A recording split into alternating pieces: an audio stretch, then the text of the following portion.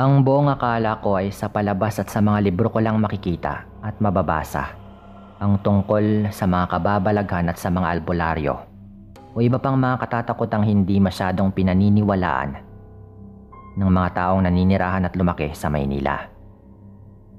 Aaminin kong maging ako man noong una ay hindi rin naniniwala at pinagtatawanan lamang yung mga kwentong katatakutan tungkol sa mga aswang at iba pang mga nilalang. Dahil tumatatak sa aking isipan na hindi naman totoo ang mga yon. Gawa-gawa lamang ng malilikot na imahinasyon ng mga matatandang naninirahan sa mga liblib na lugar. Upang sa ganoon ay may kwento at may panakot sa mga taong dumarayo sa kanilang lugar.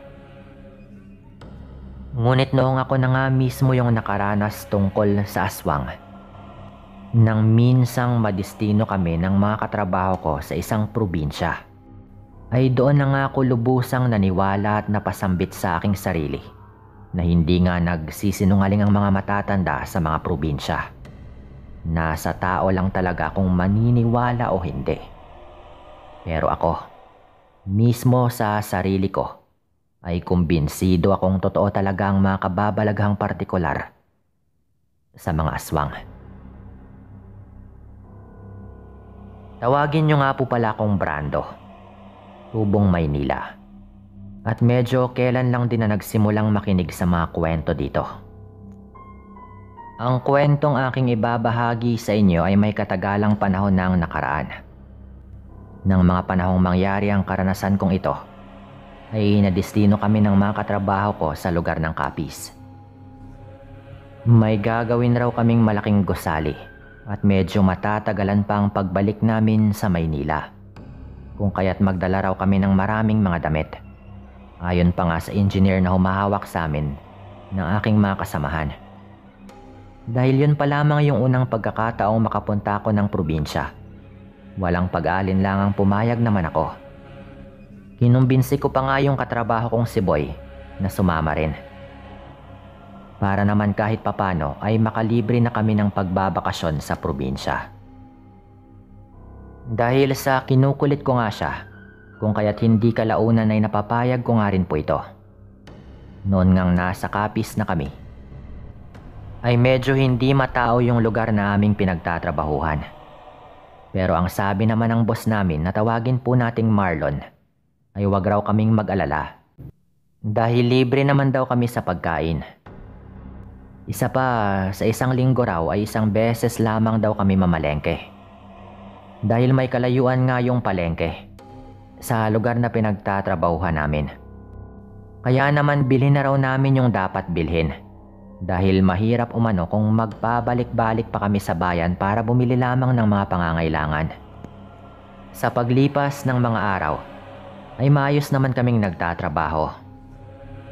May mga pinapapasok rin yung amo naming mga taga-roon lang rin na malapit sa pinagtatrabahuhan namin. Dahil kinulang sa mga tauhan, dahil hindi naman lahat ng hawak ng boss namin, ay sumama sa probinsya. Ang ilang hindi pinayagan ng mga kanika nilang asawa ay pinili na lamang na manatili sa Maynila. Kaya't ilan lamang kaming mga trabahante yung sumama. Isang araw, habang naghahakot ako ng mga sako-sakong semento, ay napansin ko yung katrabaho kong tawagin po nating Entoy. Taga-Capiz po ito at bagong pasok lang na sa tingin ko rin po ay kaedaran ko lang din. Nakailang balik na ako sa paghahakot kaya't hindi ko mapigilan yung mapagod at hingalin. Samantalang si Entoy na mas nauna pang maghakot ng semento kaysa sa akin, ay hindi ko man lang siya nakikitaan ng pagkapagod. Napapailing na lamang ako habang pinagmamasdan siya sa kanyang ginagawang trabaho. Grabe, parang hindi man lang napagod sa ginagawang trabaho itong si Entoy. Ganito ba talaga yung mga tao dito sa probinsya? Daig pa yung kalabaw, ang titibay. Sambit ko pa habang patuloy na pinagmamasdan yung kanyang ginagawa.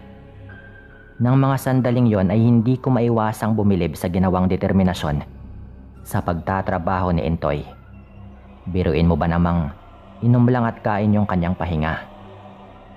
Hinahapunan habang nag-aayos na kami ng mga kagamitan, nakipagkwentuhan ako kay Intoy. Tinanong ko siya kung saang baryo nga ba ito nakatira at kung ano yung kanilang hanap buhay noong hindi pa siya namamasukan sa pinagtatrabahuhan namin. Sinabi niyang pangangaso umano at pagbubukid yung trabaho ng pamilya nila. Malapit raw sila sa paanan ng gubat na ninirahan. Kaya't walang ibang pagkakakitaan kundi yun lamang. Tsaka kapag may pagkakataon ay umi-extra din daw siya sa mga trabaho. Mabuti na lang pala at nakapasok ka rito. Teka lang. Bakit hindi ka lumuluwas ng Maynila para doon magtrabaho? Alam mo kasi marami kang mapapasukang trabaho sa Maynila. Basta't masipag ka lamang at matyaga. Wika ko naman noon. Sinabi niyang sa estado ng buhay nila ay malabo siyang makapunta ng Maynila at makapaghanap ng mas magandang trabaho. Palipat-lipat raw kasi sila ng tahanan ng kanyang pamilya, kung kaya't wala siyang permanenteng trabaho. Nung tanungin ko pa nga po ito kung bakit sila nagpapalipat-lipat ng bahay, ay tinignan lang po niya ako at hindi nagsalita pa. Sa halip ay umalis na po ito bitbit yung ibang mga kagamitan. Nakaramdam naman ako ng hiya. Sa isipin na baka sumobra naman ako sa pagtatanong. At pati yung personal na buhay ni Intoy at ng pamilya nito ay inaalam ko pa. Sa paglipas ng mga araw at linggo ay naging malapit kaming magkaibigan ni Intoy. Kung dati napakatahimik nito at seryoso sa pagtatrabaho, mula nang makasama namin siya ni Boy, ay ngumingiti na po ito at nakikipagbiroan na rin. Araw ng Sabado, wala kaming pasok kinabukasan noon. Kung kaya't inaya namin si Intoy na makipag-inuman. Sinabi ko pa sa kanyang sa bahay niya na lang kami mag-iinuman para naman makilala namin ni Mang Ato at ni Boy ang kanyang pamilya. Isa pa ay para makalabas din kami ng barracks. Para na kasi kaming mga dagang nagtatago lagi sa lungga. Noong una ay parang ayaw pa ni Intoy na sa bahay nila kami mag-iinuman. Malayo raw kasi yung kanilang bahay. At isa pa, baka mahirapan daw kami sa pag-uwi kapag malasing na. Sinabi ko naman sa kanyang sa bahay niya lang kami matulog. Kahit sa labas lang kami matulog ay okay lang. Ang mahalaga ay makilala namin ng lubusan yung kanyang pamilya. Dahil tinuturing na rin po namin siyang malapit na kaibigan noon. Sa lahat kasi ng nagtatrabahong taga roon, siya lamang yung nakagaanan ko ng loob. Kaya tinuturing ko na nga siyang isa sa mga malalapit kong kaibigan doon. At dahil nga sa aking kakulitan, ay napapayag ko naman si Intoy. Kinahapunan nga noon matapos naming makuha yung sahod, ay kaagad na ngang naglakad na kami papunta sa bahay ni Intoy. Pagdating namin sa kanila, ay naisip kong tama nga yung sinabi ni Intoy. Malayo nga sa kabahayan yung kinatitirikan ng kanilang bahay. Napakatahimik rin ang buong paligid. At wala ka talagang maririnig na kung anong mga ingay, maliban lamang sa mga insekto sa paligid. Tuwang-tuwa yung pamilya ni Intoy nang malamang meron itong bisita. Anya pa nga ng kanyang ina, kami raw yung kauna-unahang mga bisita ng kanilang anak na taga Maynila. Mabuti naman umano at napasyal kami sa kanila. Natuwa ako sa isiping gaya ni Intoy ay mabait naman pala yung kanyang pamilya. Maliban na lamang sa panganay na kapatid nito. Naitago na lang po natin sa pangalang Edgar. Pagpasok ko pa lamang sa loob ng bakuran, ay kakaiba na yung mga tingin sa amin ni Edgar. Matalas at matalim po siya kung makatitig. Kung hindi pa nga tinawag ng ina ni Intoy yung kanyang kapatid, ay hindi pa ito titigil sa kanyang masamang pagtitig sa amin. Noon ngang napadaan sa amin yung kapatid ng katrabaho namin mga kaswangan, ay kakaiba yung umaalingasaw na amoy nito sa katawan. Hindi ko alam kung amoy putok ba o amoy tae ng kalabaw. Nang magumpisa na nga kaming mag-inuman, humingi ng paumanhin sa amin si Intoy.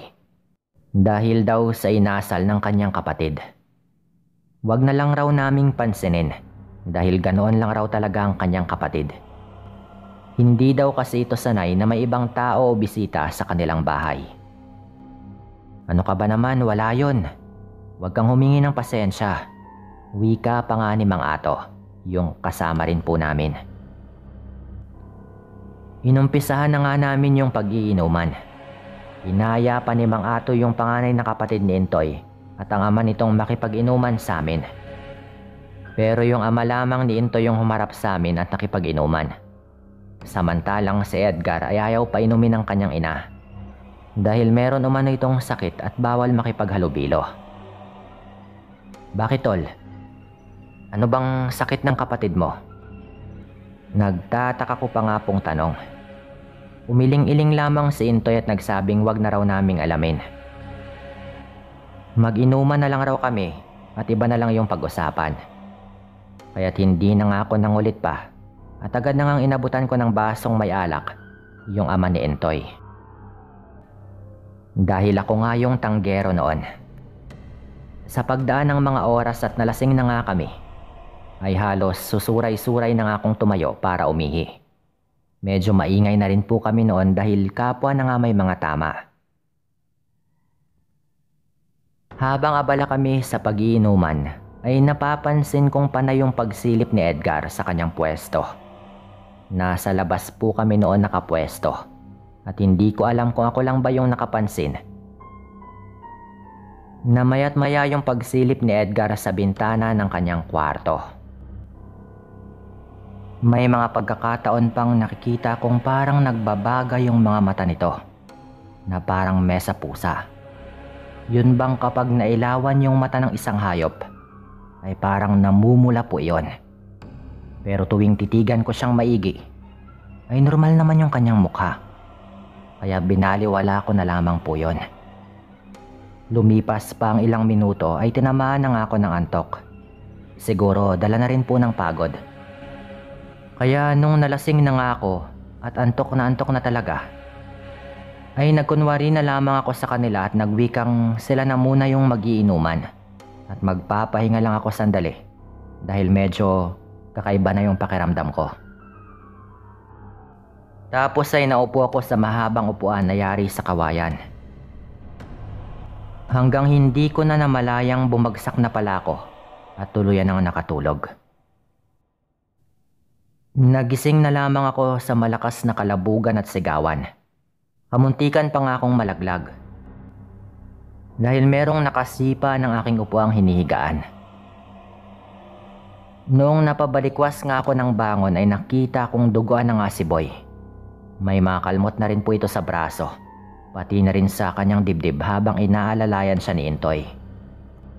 Samantalang si Mang Ato naman at ang ama ni Intoy ay kinaladkad yung nagwawalang si Edgar at itinali po nila yon sa poste.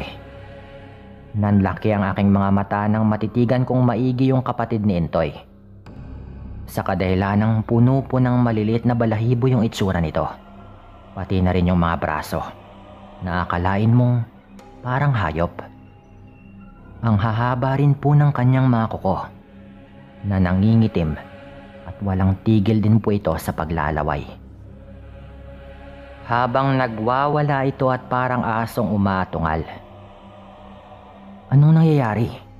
Nahintakutang tanong ko nang makita kong ginagamot na nga ng ina ni Intoy ang kasamahan ko. Panay yung paghingi ng pasensya ng mga magulang ni Intoy at nagwikang hindi na raw mauulit pa yung nangyari. Hindi raw nila inaasahan yon. Nung medyo huminahon na nga yung lahat, ay doon pa lamang nagkwento yung ama ni Intoy.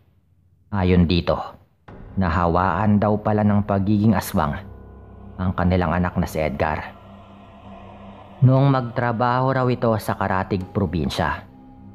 Mahilig raw kasing makipag-inuman ito at malakas raw yung kanilang hinala na sa inuman niyang gawang kanilang anak. Ilang pagkakataon na raw nilang ipinagamot si Edgar sa mga albularyo at kung ano pang manggagamot. Ngunit ni isa daw sa mga yon ay walang nakapagpagaling dito. Katagalan nga'y tinanggap na lamang nila yung nangyari kay Edgar.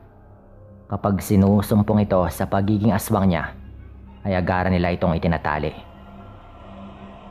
Nang sa ganoon ay hindi makapangbiktima ng mga tao. Ang ginagawa naman ng ama ni Intoy kapag nangangaso raw sila, ang mga lamang loob daw ng hayop na kanilang nahuhuli, ang siyang pinapakain nila kay Edgar. Huwag lamang itong makapangpanakit ng tao. Tuwing napapabantog ng aswang yung kanilang panganay na anak sa kanilang tinitirhang baryo, agad na raw silang lumilipat sa ibang lugar para makaiwas sa kapahamakan ng kanilang anak.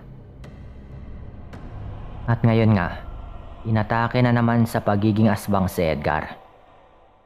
Kaya't walang pagdadalawang isip na dinambahan si Boy at pinagkakalmot. At dinidilaan daw ni Edgar yung dugong lumalabas sa mga sugat ng katrabaho ko. Habang tumatagal ay nakikita kong palala ng palala yung anak namin. Hindi pa namin alam kung ano yung gagawin. Mangyak-yak na pahayag pa ng ama ni Intoy. Sinabi pa nga ng ama nito, nang dahil daw sa panganay niyang anak, kaya't nagtitiis silang manirahan sa mga liblib na lugar para lamang makaiwas. Ngunit sadyang nagkamali daw yata sila. Pinayuhan naman ni Mang Ato ang pamilya na huwag sumukong ipatingin ulit sa albularyo itong si Edgar dahil baka may pagkakataon pa raw na gumaling ito. Nagpunas na lang ng luha yung ama ni Intoy at tumango.